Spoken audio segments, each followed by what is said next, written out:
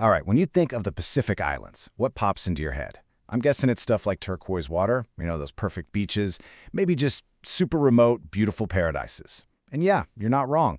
But what if I told you that these tiny, tiny nations actually hold some serious power on the world stage? It's a total paradox, and we're going to get right into it. Yeah, check out this quote from Pacific scholar Ron Crocombe. It just nails the puzzle we're trying to solve here. Think about it. How is it possible that a group of nations with only 9 million people total can have more voting power in places like the UN than China, India, Japan, and the US combined?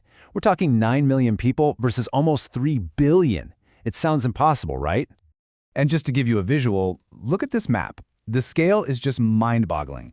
The Pacific Island countries, we'll call them PICs for short, they're like tiny specks of dust, little dots of land floating in an ocean that covers almost a third of our entire planet. So the land itself, super small.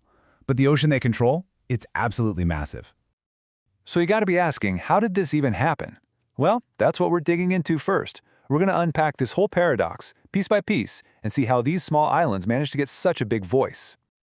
Okay, first thing you need to know is that a lot of these nations are actually pretty new to the whole global politics game. I mean, look at this timeline. Most of them only became independent and joined the UN in the second half of the 20th century. We've got Fiji in 1970, and then all the way to Tuvalu joining as recently as the year 2000.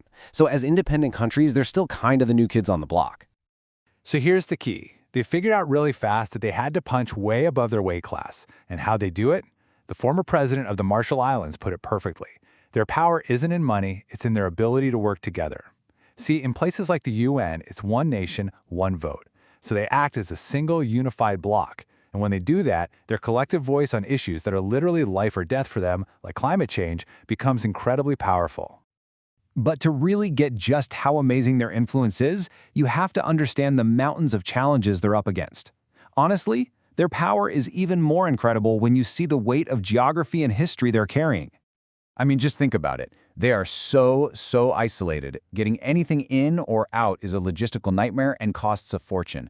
On top of that, many are still dealing with the fallout from colonialism. Their economies, they're often tiny, relying on just one or two things like tourism or fishing or foreign aid to stay afloat. And then, looming over every single thing, is the massive, existential threat of climate change and rising seas. And just to put the scale into perspective for you, the entire nation of Nauru is smaller than a lot of international airports. Seriously, or look at the Marshall Islands compared to Washington, D.C. They're about the same size, land-wise, but D.C. has more than 10 times the people.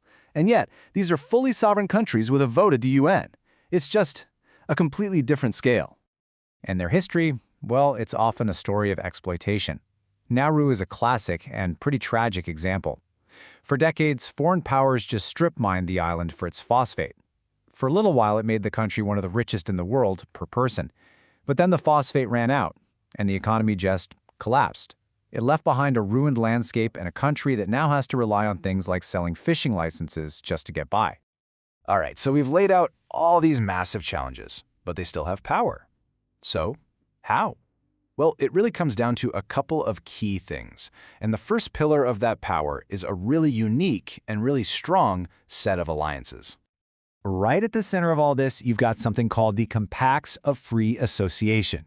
Now, these are basically special agreements that the U.S. has with three really important Pacific nations: the Marshall Islands, the Federated States of Micronesia, and Palau. Together, people call them the Freely Associated States, or FAS for short.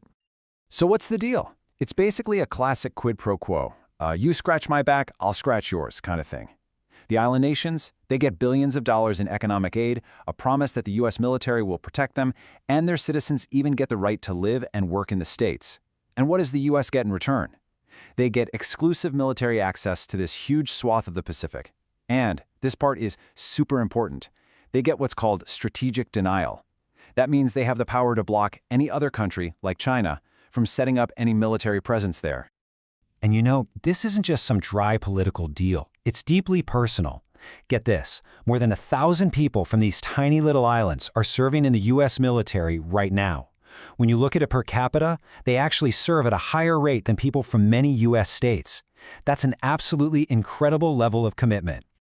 And that brings us right to the second pillar of their power: Their location, location, location. In the 21st century, that isolation we talked about, what used to be a weakness, it's flipped. Now, it's one of their biggest strategic assets on this giant global chessboard. Yeah, military planners have a name for this area. They call it the Second Island Chain. For the US and its allies, it's a critical defensive line in the Pacific. But for a rising power like China, it's a roadblock. It's a barrier that stops them from projecting their naval power out into the wider ocean. And these little islands, they are smack dab in the middle of this whole geopolitical tug-of-war. And you don't have to look hard to see this new great game playing out in real time. The U.S. has its super important missile test site in the Marshall Islands, and they're building new, high-tech radar systems in Palau. Meanwhile, China is pouring money into Micronesia, funding big infrastructure projects like bridges and government buildings. It's a full-on competition for influence, a real, high-stakes game where both superpowers want these islands on their side. So you can imagine, the leaders of these nations are walking a razor-thin tightrope. This quote here from David Peñolo, the former president of Micronesia, really shows you the kind of pressure they're under. He was sounding the alarm about a security deal with China, saying it would pull them right into Beijing's orbit, tying their entire societies and economies to China. It just goes to show the massive, high-stakes decisions these leaders have to make.